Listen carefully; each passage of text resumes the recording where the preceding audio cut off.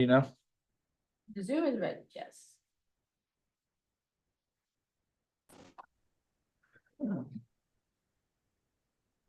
Hello. Hello, Tom. We're almost ready, I think. Okay. Thank you. Little heads up on getting canceled out would be appreciated. Yeah, when we're done with the regular meeting, we'll go back into the workshop and that'll be a new meeting again. Okay, will they send me another email or do I go back to the? I don't know how that works. Does it go back to the original Zoom? Back to the original Zoom. Yeah. Or we could just stay on this Zoom and it Oh. will stop on YouTube and then it can pick up again on. Well, it's easier just to stay than it is to Okay. get out and back. Okay, we'll just stay on this one for the, we'll Okay, resume. like that. Thank you. Are we on YouTube? We all good to go? Everybody good? Ready, Susan? Yes. Okay.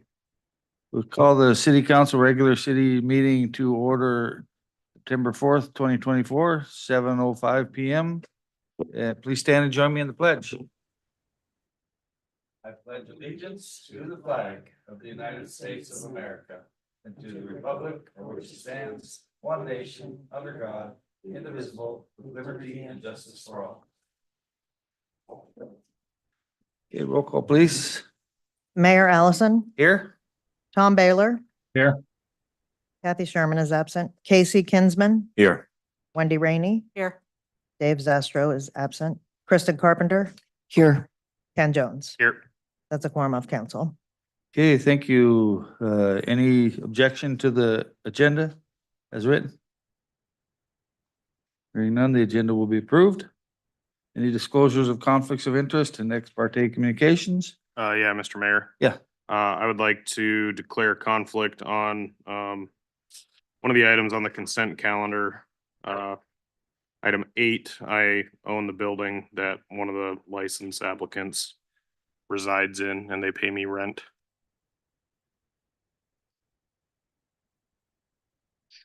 Okay, we can pull that item and do the consent calendar either way.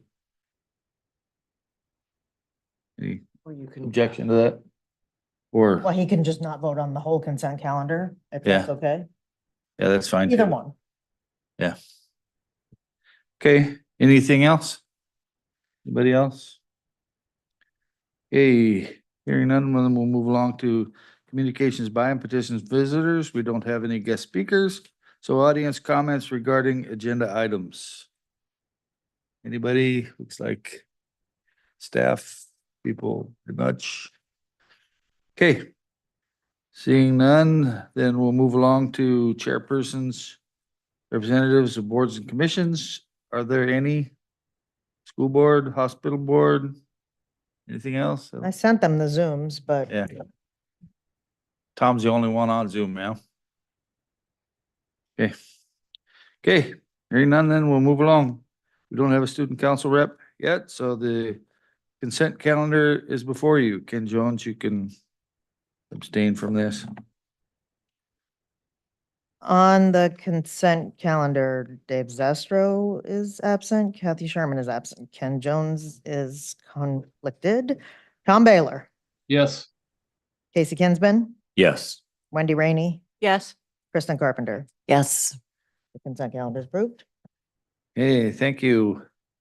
Minutes were in consent calendar. No bids or other considerations there, so we come down to the mayor's report. I don't have anything special to report other than what we did last time. There's some meetings and such coming up next month.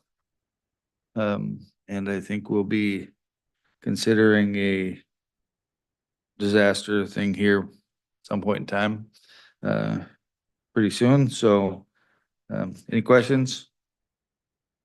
Hearing none, then we'll move along to the city manager's report. Sam? Okay, Duncan is gonna give an awesome update on the pool and Colin will give an update on the harbor. Got another slide too.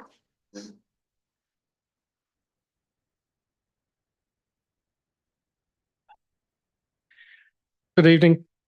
Quick update on the pool. Just want to jump to the first slide. Cool, that'd be awesome. So, we're about 4 weeks in so far. Here's the list of completed works. So the existing membrane PVC liner is about 90% removed. It's been a long, slow, messy project.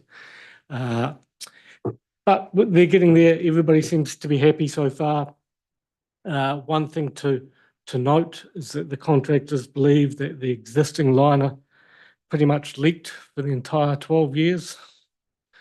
So it created a, let's call it a sludge.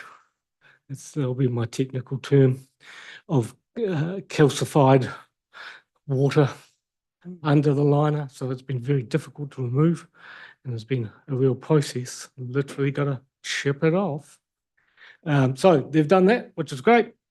They've done another thing called removing a Z plate, which is basically a fiberglass plate which sits around the edge of the pool, which the liner goes under, or should have gone under. It wasn't. So they've done that. Obviously, they've scraped some the gutters underneath that. Again, that was really ugly and time consuming. They've repaired a number of our inlets into the pool, so the jets which circulate the water. And a couple of those were broken, but unfortunately the majority were also installed incorrectly. So they were upside down or backwards or not fastened properly. So that's all been done. They've cut all the new membrane, and there'll be a felt layer which is going under that throughout the pool. Previously, that felt layer was only at the deep end of the pool and wasn't on the walls. So this is a felt membrane, which, or a felt layer, which goes around the entire pool now. That needs to be custom fit into place, so will take a little bit of time. And they've also started installing the liner on things like the steps into the pool, little cutouts, bits and pieces. So yeah, next photo. I've got some photos. So next steps. Continue the preparation on the surface. It all needed to be grinded off. We need to paint the main drains with an epoxy paint. That is going to be an ongoing issue for us. That the main drains of the pool will need to be repainted with epoxy every few years. So to make it less corrosive. What had happened with the existing liner was that they'd set the existing liner into that drain, but it leaked. So that isn't the solution. So the easy solution is just to keep on painting it with the layers of epoxy. They're going to reposition the Z plate. I'll talk about that. We've known our pool is not level. I don't know if you remember when you go into the pool in the sort of northeastern corner of the deep end, there was some staining. That's because the pool was not level and all the water flowed into one area. So they're shimming that end to make it more level. It's not going to be perfect, but it's going to be better. Obviously install the new membrane.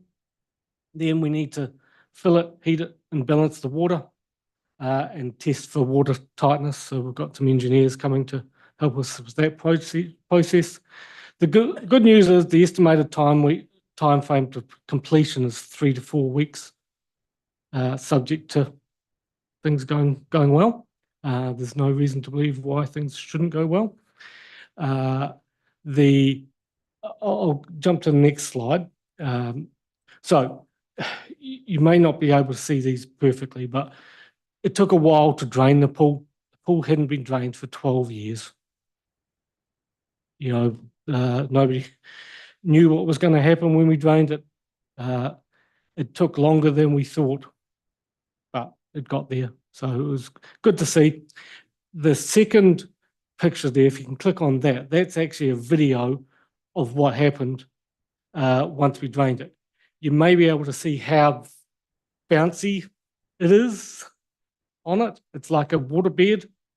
That's all the water under the liner. That shouldn't be there. Shouldn't have been there. So, yeah, that's just a signal of what sort of issues we've come into. Next slide.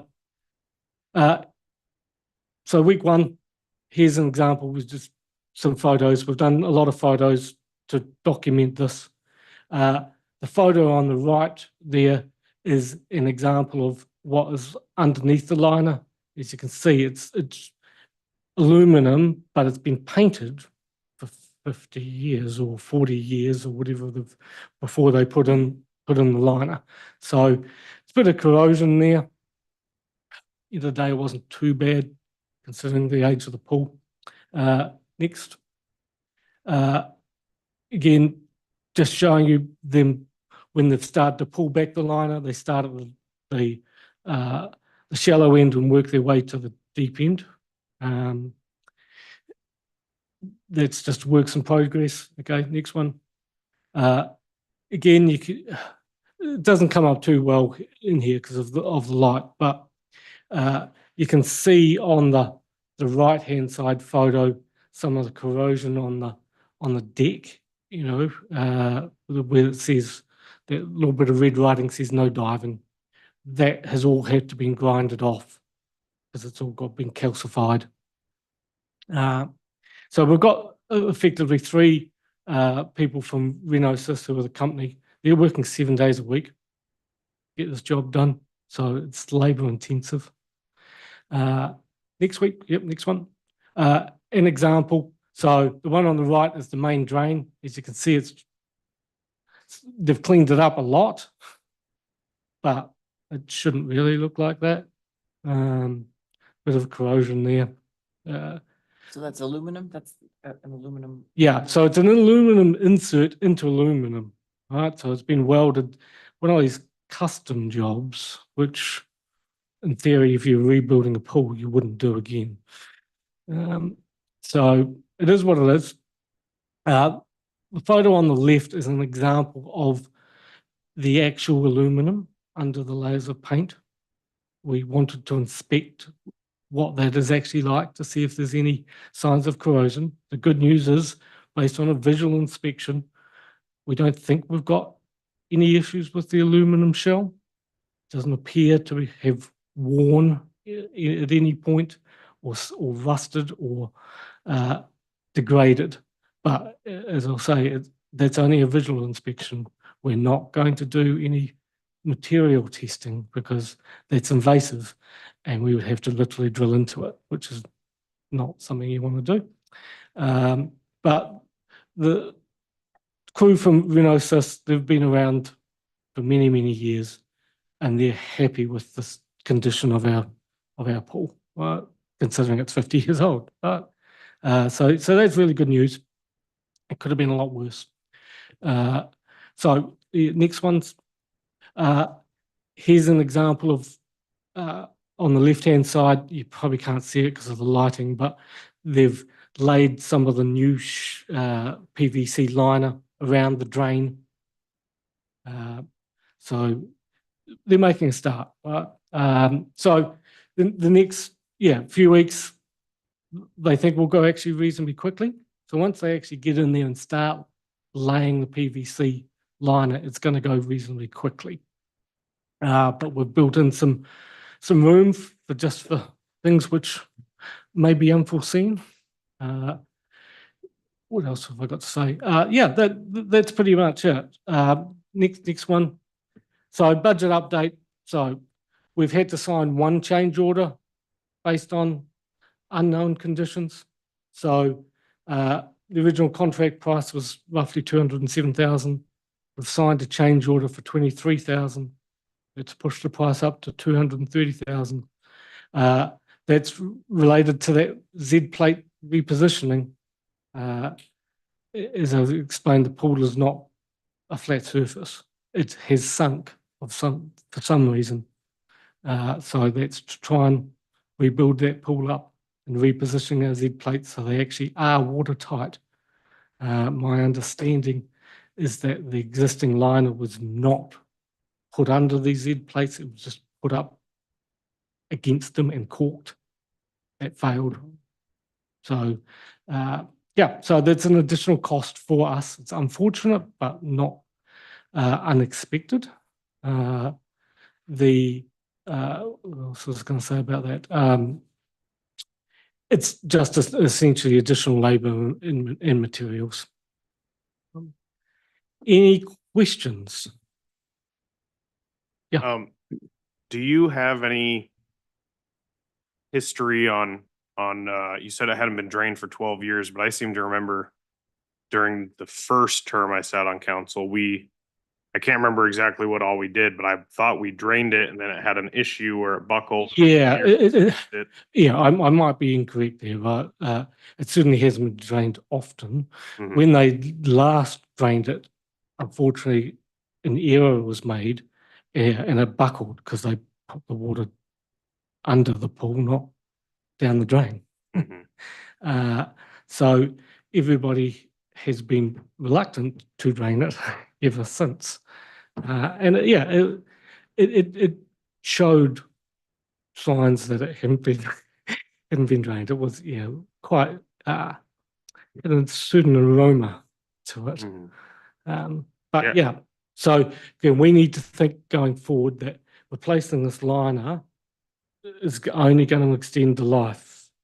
It's the advice from the engineer is this will give us time to think about a new solution in the future because the drain is still going to be a problem going forward. And so when was this liner that you're removing? When was that installed? Because I remember when I was on the swim team in school, we had the painted pool. Yeah, I remember when 2012. they drained it and repainted it, Yeah, so. yeah, 2012. So you usually get a 10-year sort of warranty. Again, I haven't got too much information about that, but my understanding is that pretty much after it was installed, ripples in the liner were noticed, which Mhm.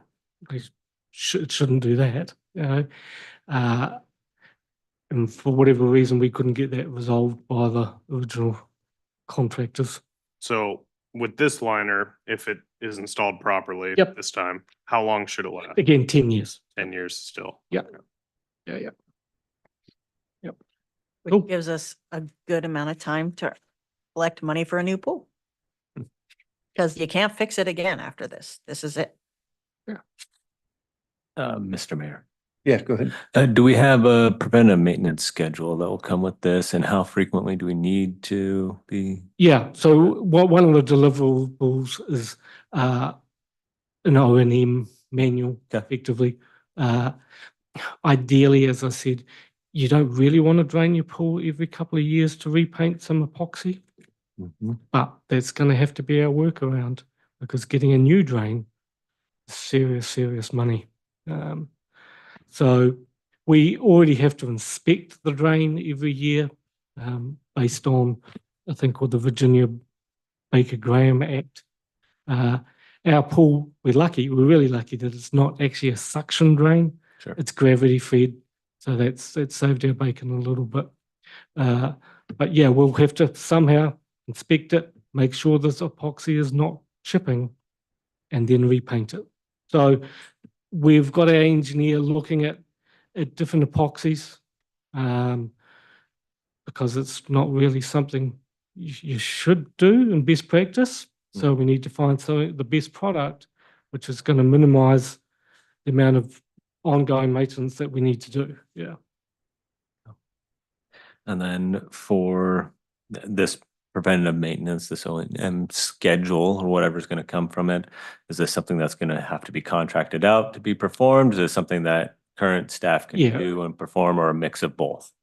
Maybe a mix of both. We will certainly paint it in the first instance, but it comes down to, are we going to use the right product? Can we continue to get that product? Yeah, so we'll play that by ear as it goes along. One thing I will mention is that we don't want to void our warranty on this. And again, previously there were activities which happened in that pool which would have voided the old warranty and probably did. So we'll be running a pretty tight ship on the types of activities that can happen in there. Okay. Yeah. So again, that also comes back to the Z plate, right? So if we didn't sign this change order, we would have voided our warranty because they would have said, we're not guaranteeing that this will be watertight. So yeah, it's you got to roll with it. So Thank you. So I guess a couple more follow-up questions. You said you couldn't do any material testing. Have you looked into doing any audio gauging, or is that? no, that's not currently in the plan. Again, the contractor, he's been involved with this for 30 years. Mhm. He's seen, if he hasn't seen it, it doesn't exist. So he's confident that our pool shell is sound. So if he's confident that the pool shell is sound, I guess I'm missing a piece here. What Councilwoman Rainey just said is that we get 10 years and we have to replace the pool. I don't understand if the shell is sound, why? Because the shell is at end of life. Like the engineers are telling us that you're pushing it at 50 years anymore.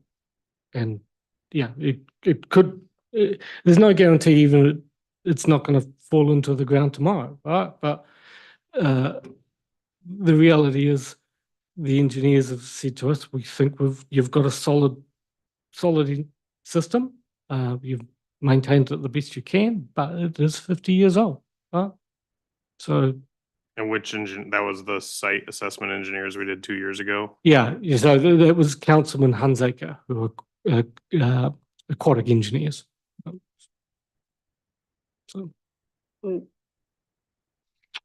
Yeah, Basically, because I'm coming from Parks and Rec, everything on that pool has been reactive. Everything has been defensive. There's been no forward maintenance and looking forward at all.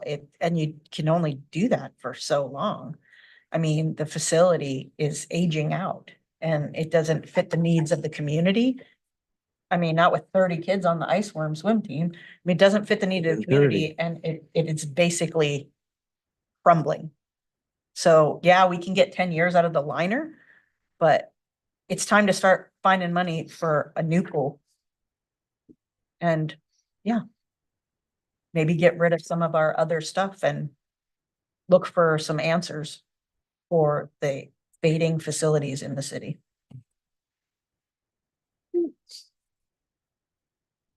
cool. Okay, thank you, Duncan. Okay, thank you very much. Yeah, so hopefully early October will be open for business. Good. Mr. Mayor? Yes, Tom. Yeah, so just comment, and first of all, thank you, Duncan, for seeing this through. I appreciate that. But going back to the maintenance, and you've even said in the past, things were done that things weren't done that should have been done, things were done wrong. It would, to me, it would make sense if we had this maintenance schedule that you're gonna come up with, all the recommendations, if the city manager got a copy of that, and if a copy of that was available for council to look at. So when these reviews come up and funding comes up every now and then, we have something to look at and say, was this performed? You know, I mean, how do we check that? We have one person and we love to have you here for the next 20 years, but if you leave in 5 or 6 years, then we're left with somebody else. Do we know what's being done? So I'm a big fan of maintenance, but we've got to make sure that it's being done. So how do we proceed that?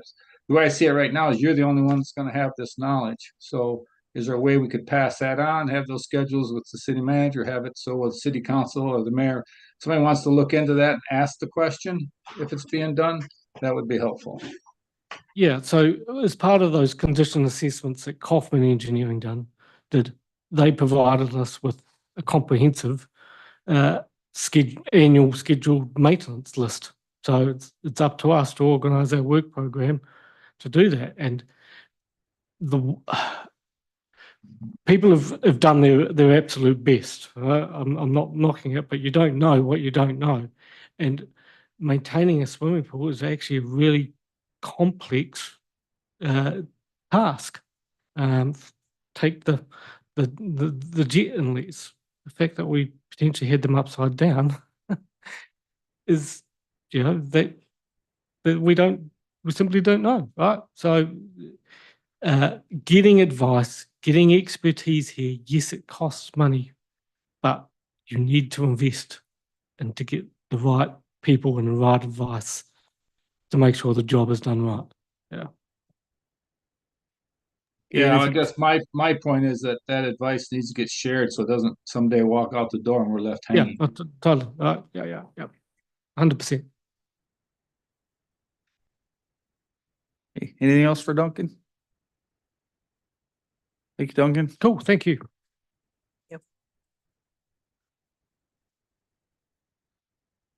Sam was following up next. Colin's next.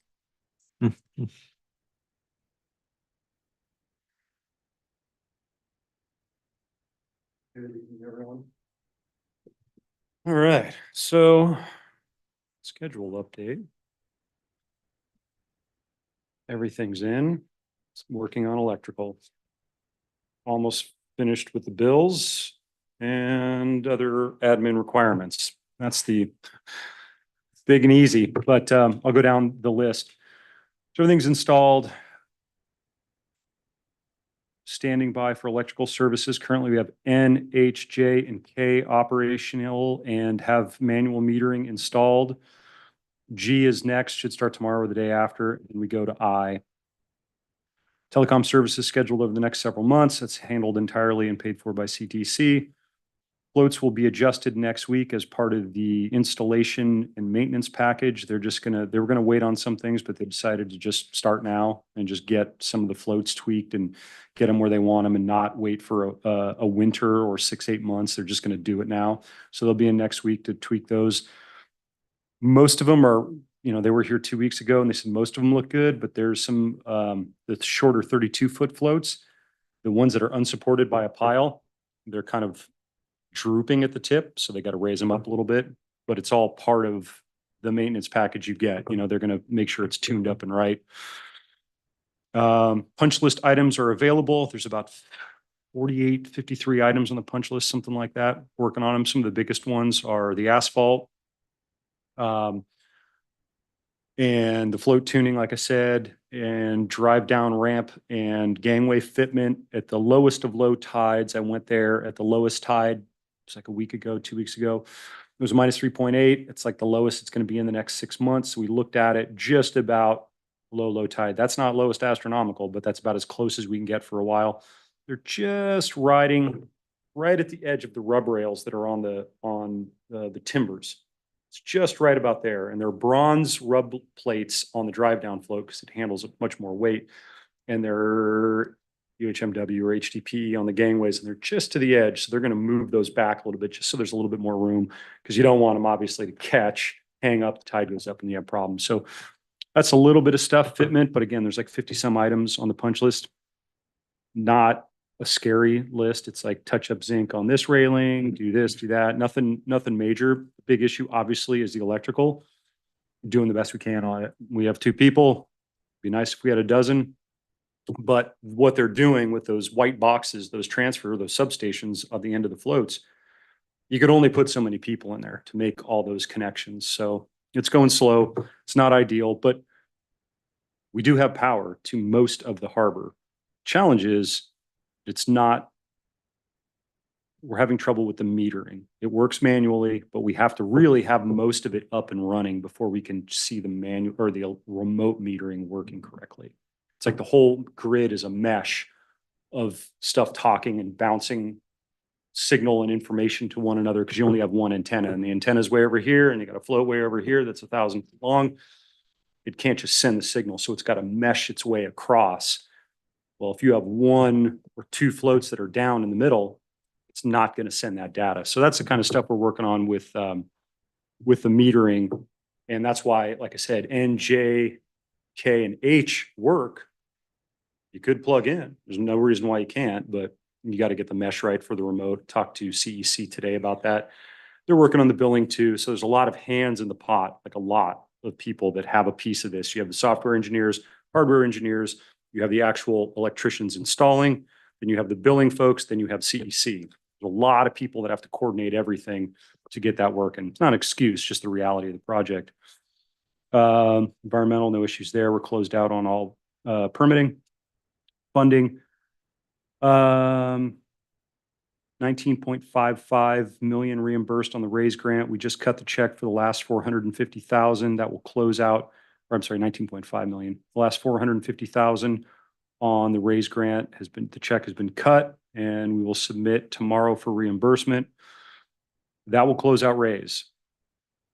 And then we have 806,000 remaining in the tier 1 grant for reimbursement. That's not attached to anything, any one element or part or piece or anything. That's just once you spend 100% or paid for 100% of your contract, they give you 500 grand. Once you give them the documentation that says we've accepted this in full, they give you the last 306. So that's all that's holding up that 806, but we have to pay for the entire contract before we can get that.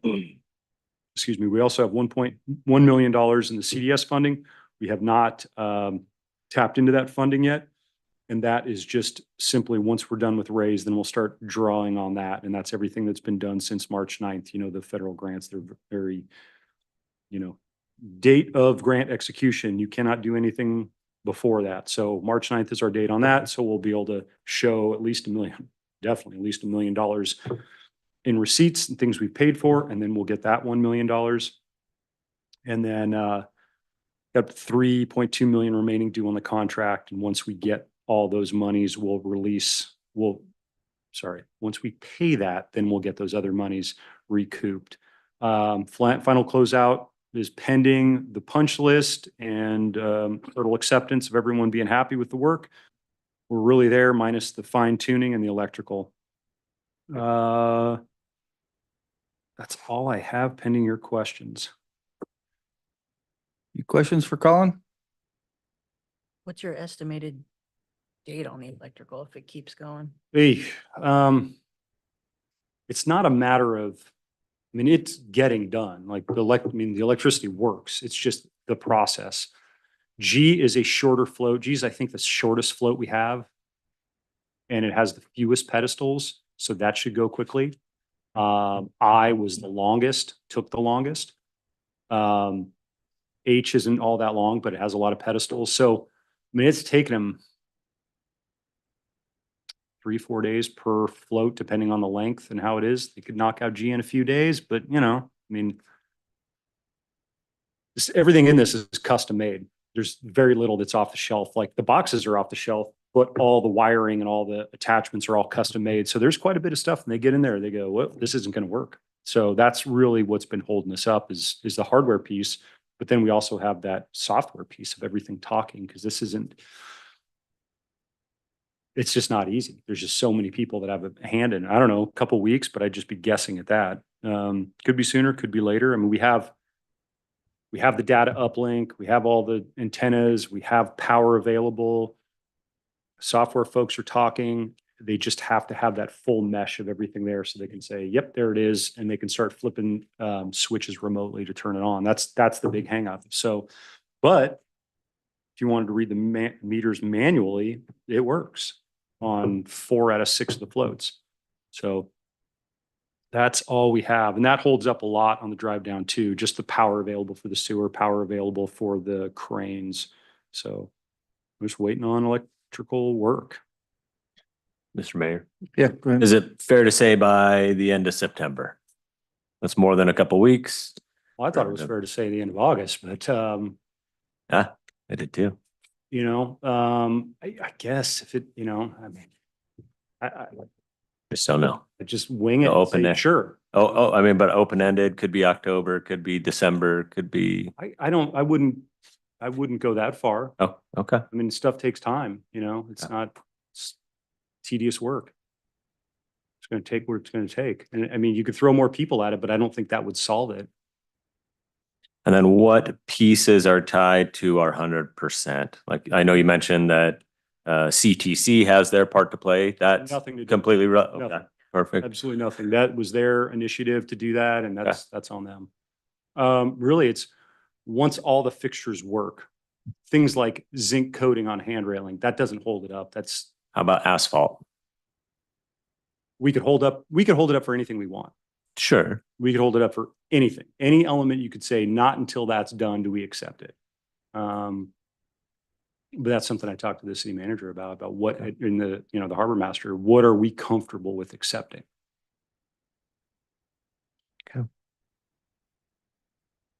Thank you. Anything else? Okay, thank you, Colin. Okay, thank you. Good night. Sam, anything else? I was just gonna give a little stuff I've been working on. Cheryl and I have been meeting with Cash Fest. It was something that Helen pulled together to help us try to make the most out of our money. We have been doing we have moved some of the property tax and stuff into the AMLIP accounts, so they're making better interest, gaining more money. Spent a lot of time on this presentation and thinking about a schedule. I think next council meeting, we'll do another work session, which we can talk about opinion Jenna, to keep moving. I want to just keep moving on this. So we'll do that. And then I also wanted to just say we have filled some positions, which is very exciting. Elena's very exciting. We have Board of Fish here. We have 2 conferences in October, and we got some things rolling in here, and it's great. And it's great that Andy can be here to help her out and show her the ropes. And also Ashley will be very involved in obviously the museum, historical society. And so she'll have her for that too. So she's gonna get some good thrown into the fire on some big ones. And she'll do fine, I have no doubt. Jamie Fody, who has been at the museum, I call it the front desk, but really I guess it's the store area. She has taken Dennis's position. So Dennis did a lot of, building sets, doing things like that. Now that position is morphing more into a curator where you do curator things that I don't really know a lot about, but she has a background in that and a master's degrees, and she's pretty excited about that. Did create another opening, but it's great to see people moving from within. She'll be getting good experience from both, and she's also the library and the museum are interrelated. They do help each other out a lot, so she'll get some library experience as well. Justin DeAngelis took the fire marshal job, and he has started that, and now he's on vacation. It just worked out that way. So we have the fire position, the fire medic position open. But that's great. He's pretty excited about it. He'll get to learn a lot and get some good experience. I've been working a lot with Arctic IT on the security upgrade. We don't have an IT person. So I've been working with that. Cheryl's been helping. Cheryl gets sucked into everything. Been helping with me with that. But we are on the downside, so that's great. And we'll get that wrapped up. And then the EAC Weir, the DNR application is complete. I need to do a couple little things on it, and I'm hoping that we can get it turned in. Today's already Wednesday, probably Monday next week, sometime early next week. So that'll be good. I need to get an email back out to Barry Hooper and start figuring out what that O&M our maintenance help could look like. They did do the 95% design review, and that's what he wanted to see. So I need to get that on my list. And yeah, I think that's the majority. So if anybody has questions. Yeah, go ahead. Quick question on the ambulance volunteers reimbursements. Is that not happening because of the city or because of the department? Is that happening? What ambulance? Like the You mean- volunteers, we voted to reimburse Yeah. the volunteers. As far as I knew, it was happening. Is it not happening? I'm hearing it's not happening. Okay, I'll check into it. I can't answer that, but I will check into it. Any other questions for Sam? Anything online, Tom? No, I'm good. Thank you. Okay. No other questions? We'll move on to the clerk's report. Well, I wish I had a position to discuss that was filled. But Tina has sadly left me. And it's busy time with property tax and stuff, but I'm remembering how to do those things, so that's working out. I have a written report in here where started the ad for the boards and commissions, which is a ways away, but I'll just start putting that in every packet. If it gets play there, I think the place it's gonna get play is Facebook, so I'll just keep reposting and reposting it up there. And those don't get appointed until December. And then I just gave a little recap here of the different fisheries committees that we've had and what kind of has occurred with them over the years.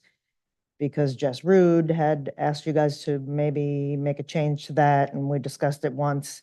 So I kind of left my report as that you guys might direct something at pending agenda. I don't think it's a rush, but you all let me know how you feel about that, and we'll decide if we move ahead with one or the other or some combination or something. And then, the general election coming up, and I get a lot of phone calls about that, which is fine. I'm always willing to help people navigate that, but State of Alaska really does a great job. Elections.alaska.gov. All the information is really easy to find on how to do absentee, when the pamphlet comes out that describes the people running, and there's 2 ballot props on there for the general election. But I'll help people through it and or direct them to that site. I've emailed it to quite a few people.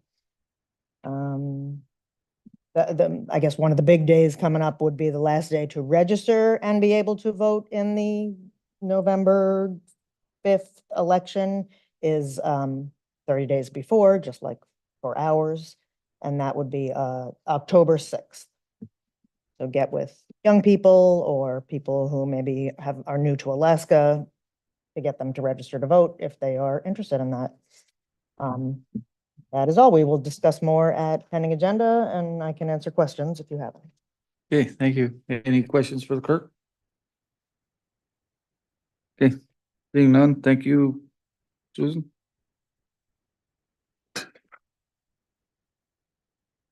We have one correspondence. This time.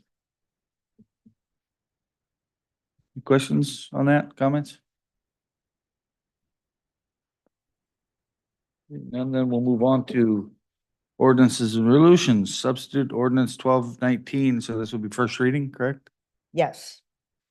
An ordinance of the council of the city of Cordova, Alaska, amending chapter 5.38 biennial motor vehicle registration tax to increase the motor vehicle registration tax levied on registered vehicles within the city and amending CMC section 5.05.030 to clarify that personal property is exempt from property tax except as otherwise stated.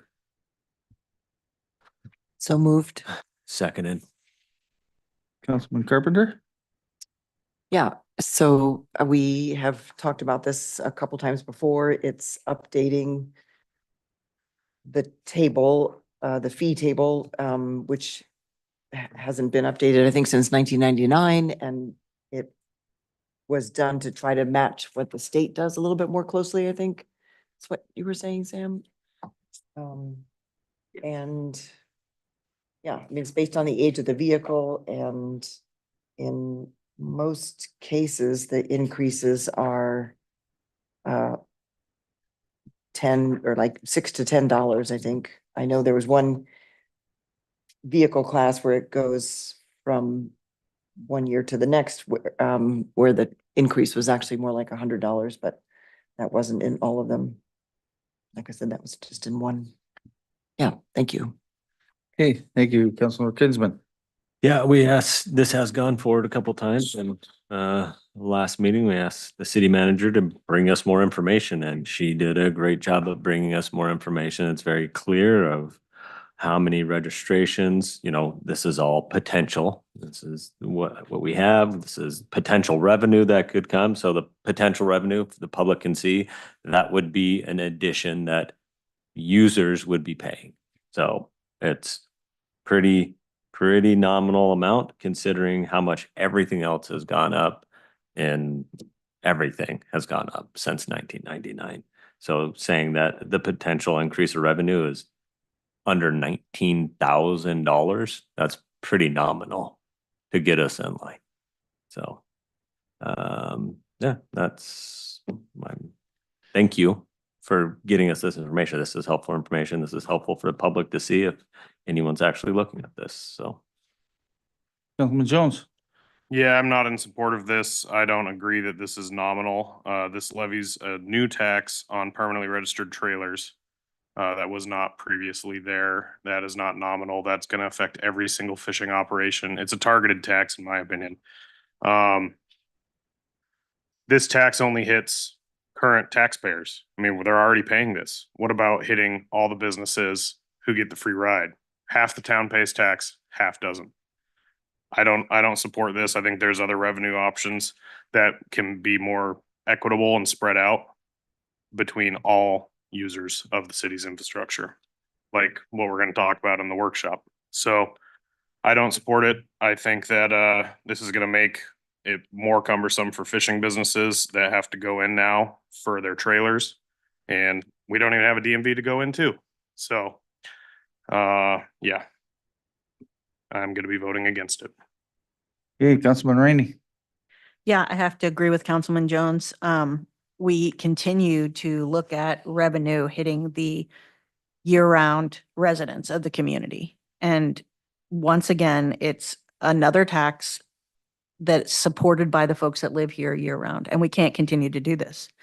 And again, who knows when we're going to have a working DMV? In order to get things done at a DMV, that requires travel. So we're onerously adding more deterrence to people coming here and starting a business and the people living here and working a business. So I'm against it. I'm sorry. Thank you, Councilman Baylor. Yeah, I guess I support it. I mean, that's, obviously, we're gonna need revenue to run the city operations, and rather than raise property taxes, I'd rather spread this out to everybody, including those people that are living and working in housing in properties that don't pay property tax, but they also have private vehicles, so it's a way for them to help chip in and pay for some of these things. So I do support it. Yeah, thank you. Any other second round? Yeah, Sam? I just want to mention that this tax gets collected at the online level too. It's just not here. And yeah, we have open position at DMV if anybody is interested. Yep, we need a DMV clerk. Again, Councilman Jones. Yeah, I guess I want to ask the question again. I know I asked it last meeting, and so all the nonprofits, government agencies, city vehicles, Forest Service, state, everybody, do they pay this? Do you have to register? We have to register our vehicles. We do not pay the same rate. I can't control that. I can't control the nonprofits in the Forest Service and the federals. That's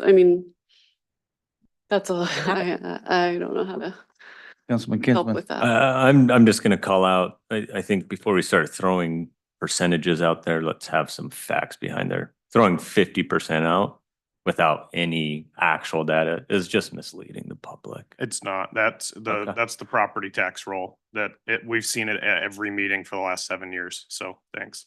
Yeah, property tax does show that, but that doesn't necessarily relate to everything else. Translate to, Yeah, yeah, the same. vehicles. And actually, it's becoming more skewed to taxable of late. I think. Yeah. 52, 53, somewhere in there. Yeah.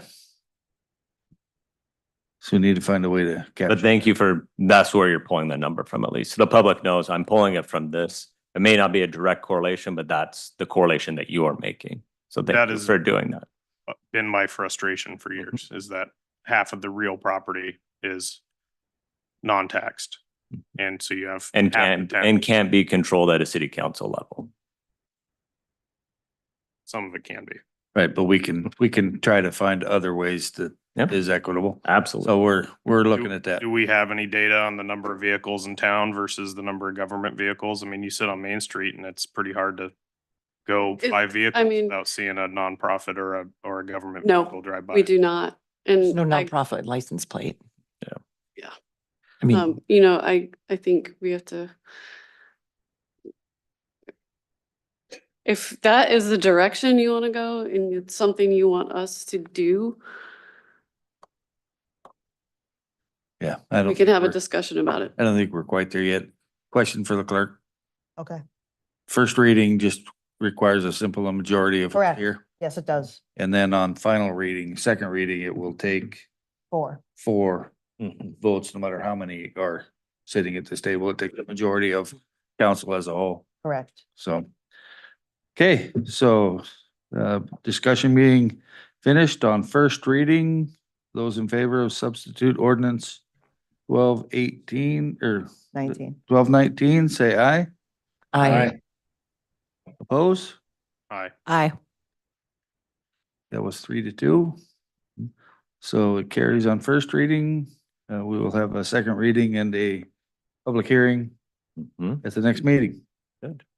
And I hope it's well attended. So yeah. Unfinished business, we have none. New and miscellaneous business. We've got council action on disposal of lot 480 North Development Park. Mr. Mayor, Yes, I move to select Bayside Storage as the winning proposal and direct staff to negotiate an agreement to lease or purchase the property known as Lot 4A, Northville Development Park, Edition Number 2. I second. okay, it's been moved and seconded. Councilmember Jones.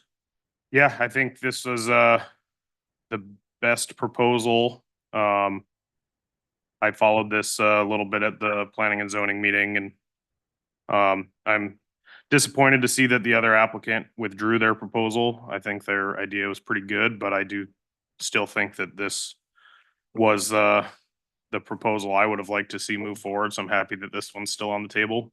And I like that the applicant has provided to work with, they've offered to work with the city on building some housing units in this development. I think that's something we really need. And we need to be fostering that type of working relationship. And yeah, I'm happy to see this business that supports many other businesses being able to expand. Okay, thank you, Councilman Rainey. Well, Ken just said pretty much everything I was gonna say. But yeah, looking at both before, when it came before planning and zoning, I definitely thought that the addition of the housing option here was huge. It's an established business, it's a successful business, and I'd certainly like to see it expand. Thank you, Councilman Kinsman. Yeah, Mr. Mayor, can we get, I guess, who was the planner to give some insight? Would that be Yeah, okay? yeah. Kevin came up. Well, Kevin.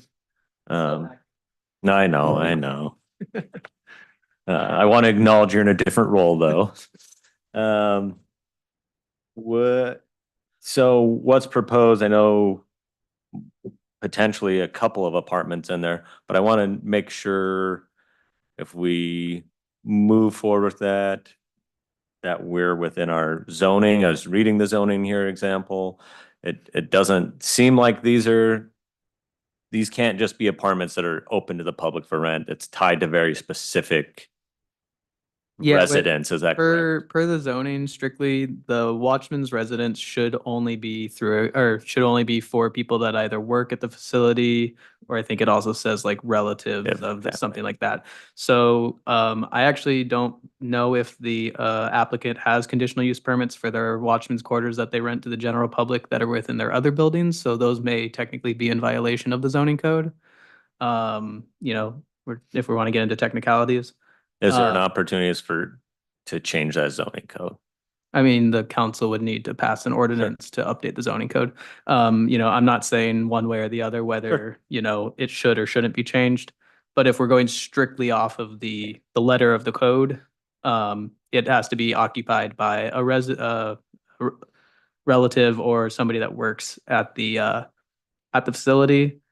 And you can only have one watchman's quarters. If you want to have multiple, again, we're talking about going through the conditional use permit process. Okay. Yep. And then for, I guess what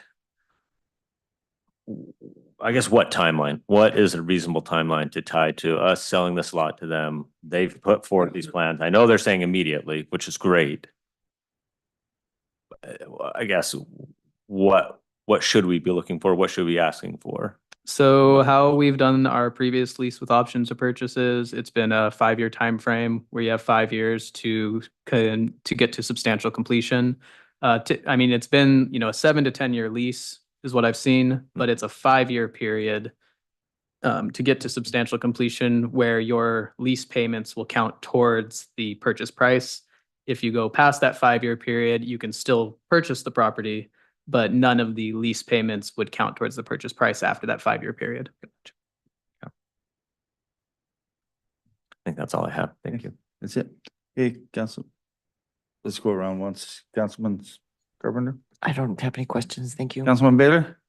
Yeah, I guess I've got a question is we're obviously not ready to move the impound lot. So how does that figure? And maybe you saw, I didn't see it in the notes. How does that figure in? Obviously, we can't sell the lot tomorrow and then have to move out. We don't have a place to go to. So what are we doing for that? Yeah, that's a great question. It goes back to our cash flow conversation that we had during the work session. You know, I think it was a small, I don't know, oversight seems like too strong of a word, but basically, you know, if we do a lease with option to purchase, then we won't have the money up front to do the work at the baler to get it prepped. But at the same time, you know, the city has been burned in the past by doing direct sale and not requiring the structure to be completed before actually transferring the deed. So we're kind of in a situation here where we need to figure out, you know, the city streets crew has actually done a great job. I don't know if anybody's gone down there right now, but I think there's only about 5 vehicles in the impound lot right now. So we do have a way that we could actually empty out that lot. And we'll probably be in a, you know, quote unquote, growing pains period for a little while where impounded vehicles may have to sit outside the police station for 6, 8, 12 months, or we store them at other city properties. You know, that just kind of comes along with figuring out how we're going to deal with this. So with all that, I don't have an answer for how we're going to deal with it because we haven't figured that out yet. That could all be part of the negotiations. Yeah, We need to get correct. to that point. Yeah, Councilman Jones. Yeah, so I guess one point I wanted to bring up is that the city just approved a conditional use permit for 5 apartments to go in right down the street at the old Nichols warehouse that CTC bought. So there is some precedence there that the, you know, city is trying to get more housing in that general district. So I think that it would be appropriate for us during our housing workshops to talk about updating that code. Mhm. Um, I agree with that. Okay, thank you. Yep. I would just add, again, I'm not saying one way or the other, you know, part of the conditional use approval for the CTC warehouse was we did take into consideration that one side of the building is on a heavily, you know, industrially, you know, heavy area with Trident and Ocean Beauty being there. So as part of that, you know, that's great part of a conditional use permit is we can impose conditions.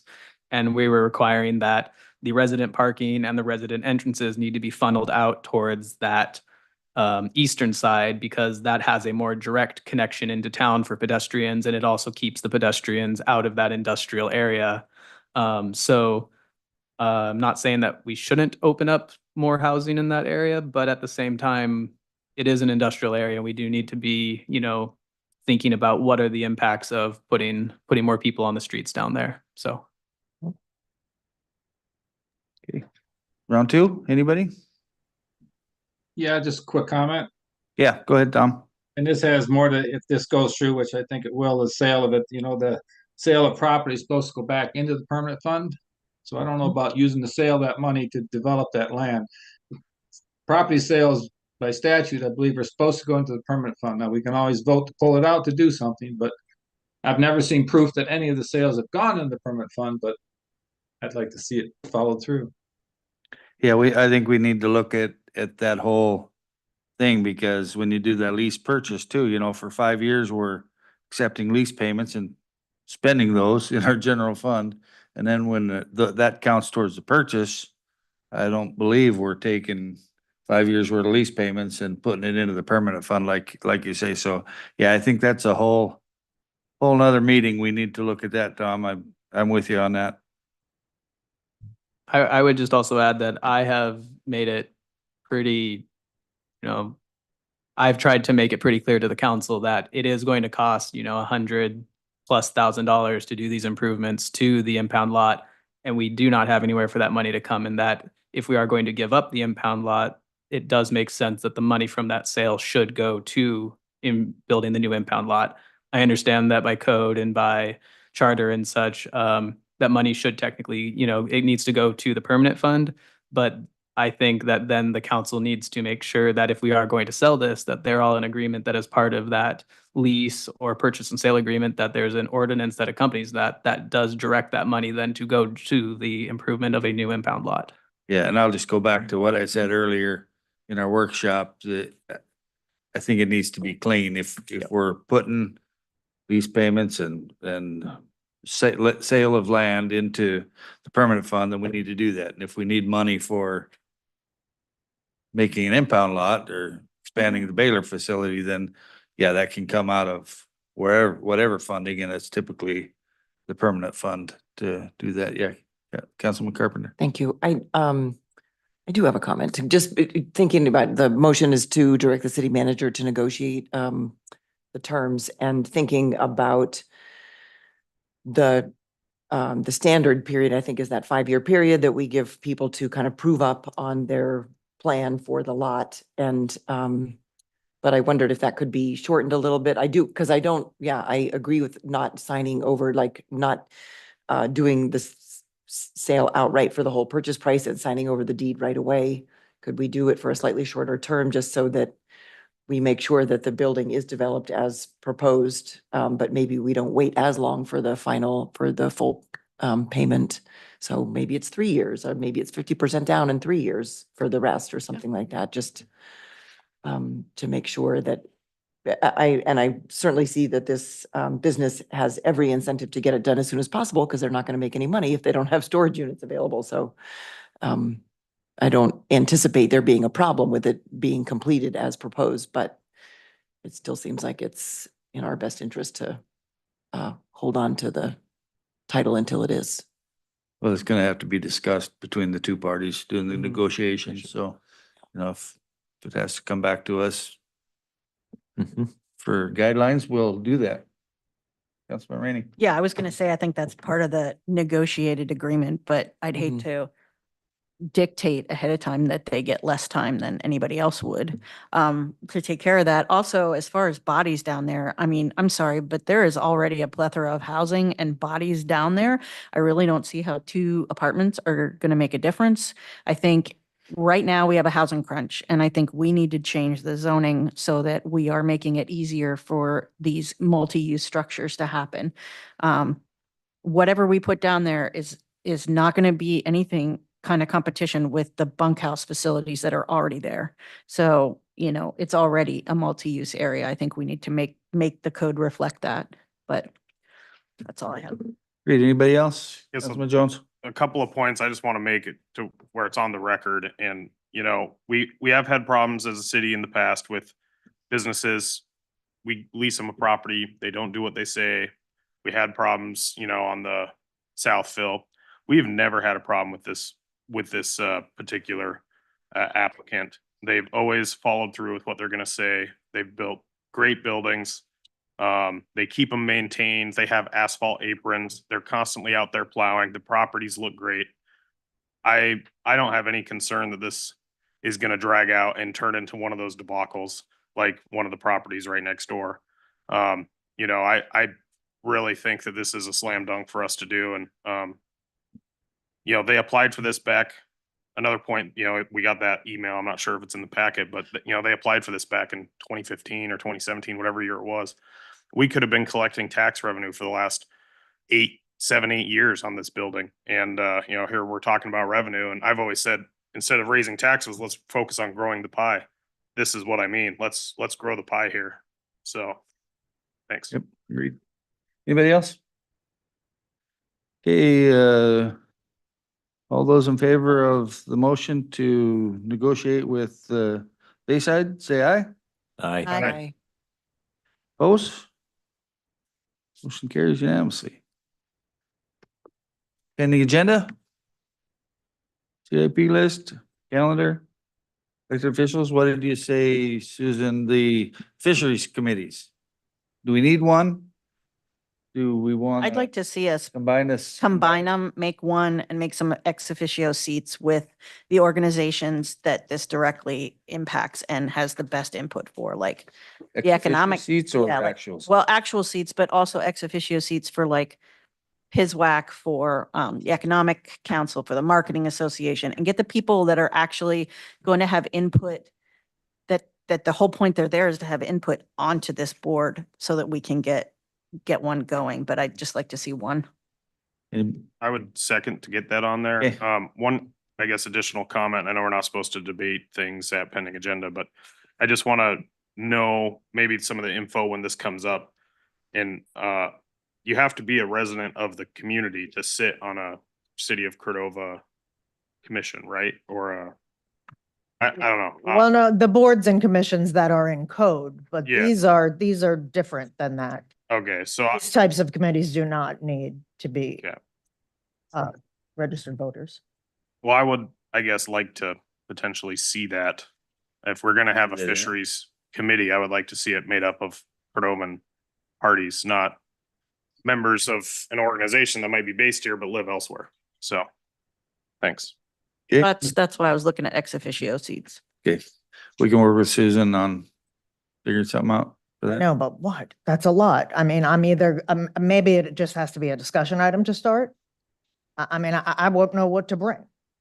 I'm gonna bring a resolution, binding it into one, and how many seats and how many, are they Well, official, yeah, are they the not? way I read your information here was that we would disband the two or complete and create a new one. Okay, And then it's just a matter of what seats Okay. we want in there. I think it's easier if we have something written okay, to then amend if we think when we get all together, we think that we need these 3 more seats and these 2 out or whatever we want it, we can do that once we have it okay. for us. That sounds I good. can work with you on Got it. getting something to start with. We'll just disband the 2 currently that haven't met either one Yeah. for 4 or 5 years.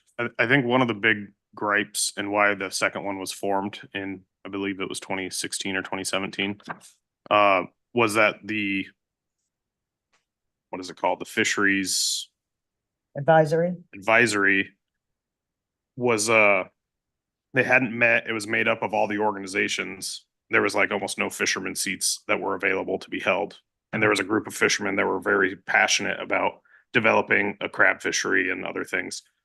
So at the time, the previous mayor established that, we all voted for it, and they met diligently for like a year and a half, 2 years, and we had our first crab season that had been here for 20 years. Right. It was successful. Then the crab thing didn't work out, and then they kind of just quit meeting. So I would like to see if we do this, I want to make sure that we include fishermen voices, not just organizations.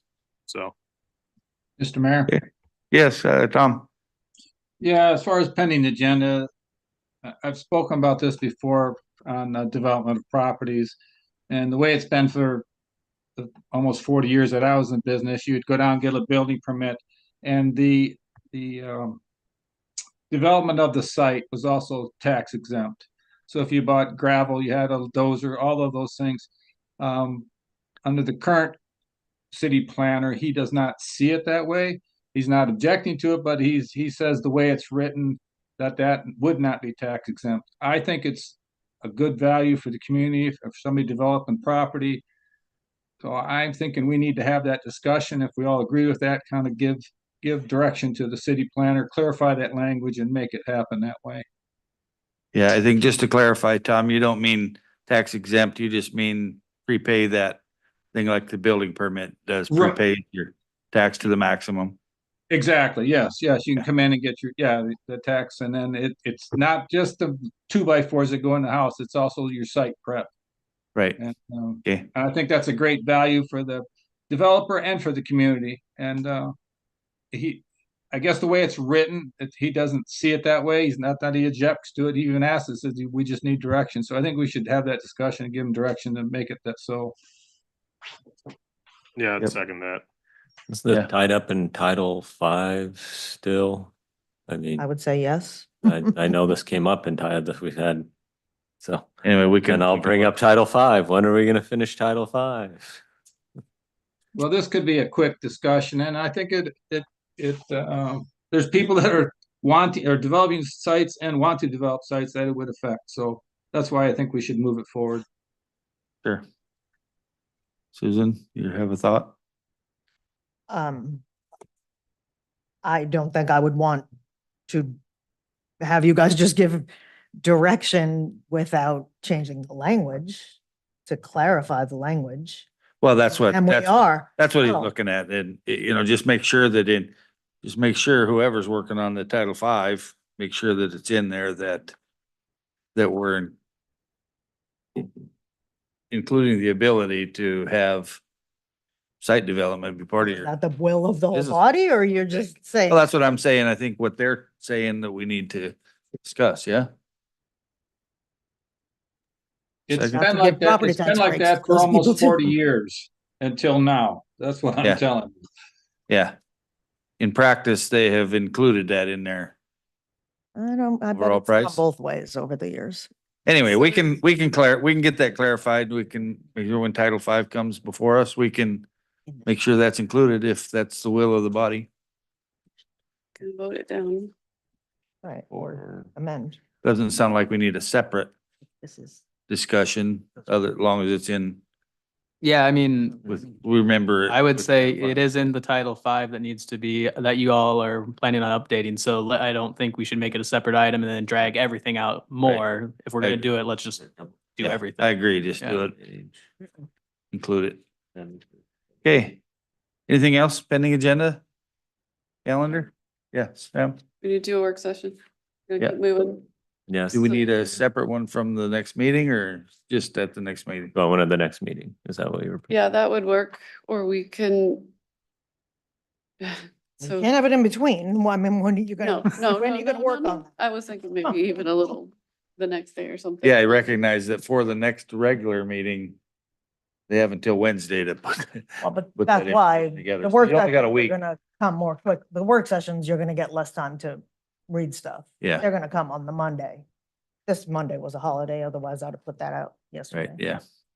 But I don't, what are you tackling? Got it. What's the next step? Well, we might not know until after we finish this next Yeah, we could, workshop. I think, Okay. talk about revenue and then, yeah, just a little bit into.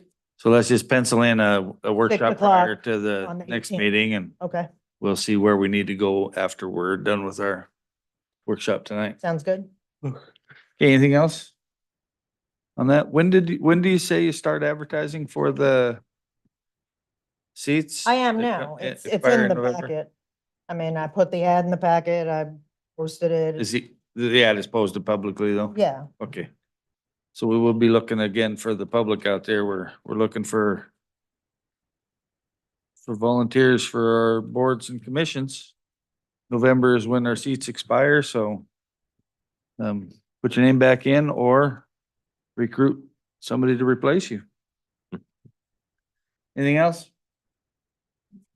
Hearing none, then we'll move along to audience participation on anything you want to talk about. Anybody in the audience have anything they want to say? Staff can speak too. You don't have to sit out the whole time. it's all you, Kevin. Okay, thank you, Kevin. Council comments, then we'll start online. Councilman Baylor. I'm good, thank you. Hey, Councilman Carpenter. Yeah, I would just reiterate that October 6th is the last day to register to vote in the general election. I think that's super important. And that means we have, the people have 4 more weeks to register. So please, please, please register to vote. It's a privilege that we have in this country and I think it's super important. And I wanted to thank Duncan for all the work on the pool. God knows where families in Cordova would be without the pool as a winter resource, a lot of days. It's a huge recreation asset that we have. And so thanks for nursing that along and keeping it going. And thanks to Sam for bringing all the information so that we've got some figures to look at and work on our budget and revenue picture. Thanks. Okay, thank you, Councilman Jones. No, I think I spoke enough tonight. Thank you. Councilman Rainey, I'm good, thank you. Councilman Kinsman, Vice Mayor Kinsman. Thanks. I do want to thank Sam for starting the budget cycle this early. It's really helpful for me.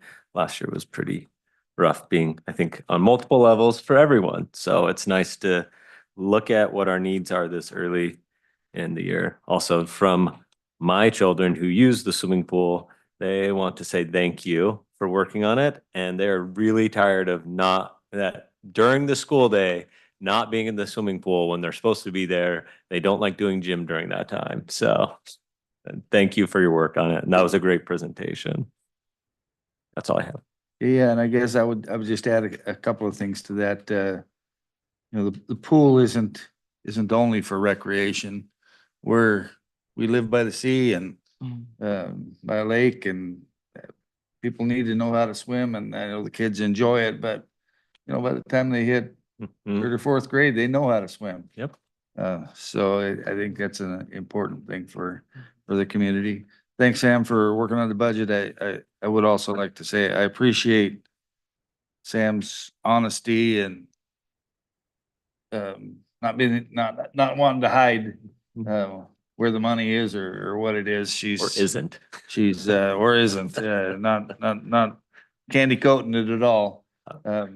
So that we know where we're at, and I look forward to some financial reports when everybody gets caught up, so that we can know what money we have allocated and unallocated, if there is any, and know how much money we need to maybe take from the permanent fund to bridge that cushion. Cause we're gonna have plenty of money in the next couple of months, but boy, by the time January hits, there's no revenue until July. So we need to be able to make that stretch. So we need to have some form of a cushion in there. So we need to work on that. So that said, our regular meeting is adjourned, and we will reconvene our council or our work session in 5 minutes. We need a 5-minute break would be great. Thank you. And I think you can just stay on that Zoom there, Tom. I think that's the case. Am I right? Yeah, go ahead. Just stay on there. All right, We'll thank take you. about a 5-minute break.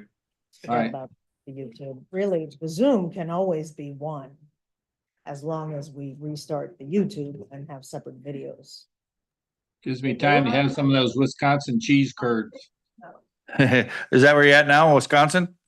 Yeah, yeah. I'll be home on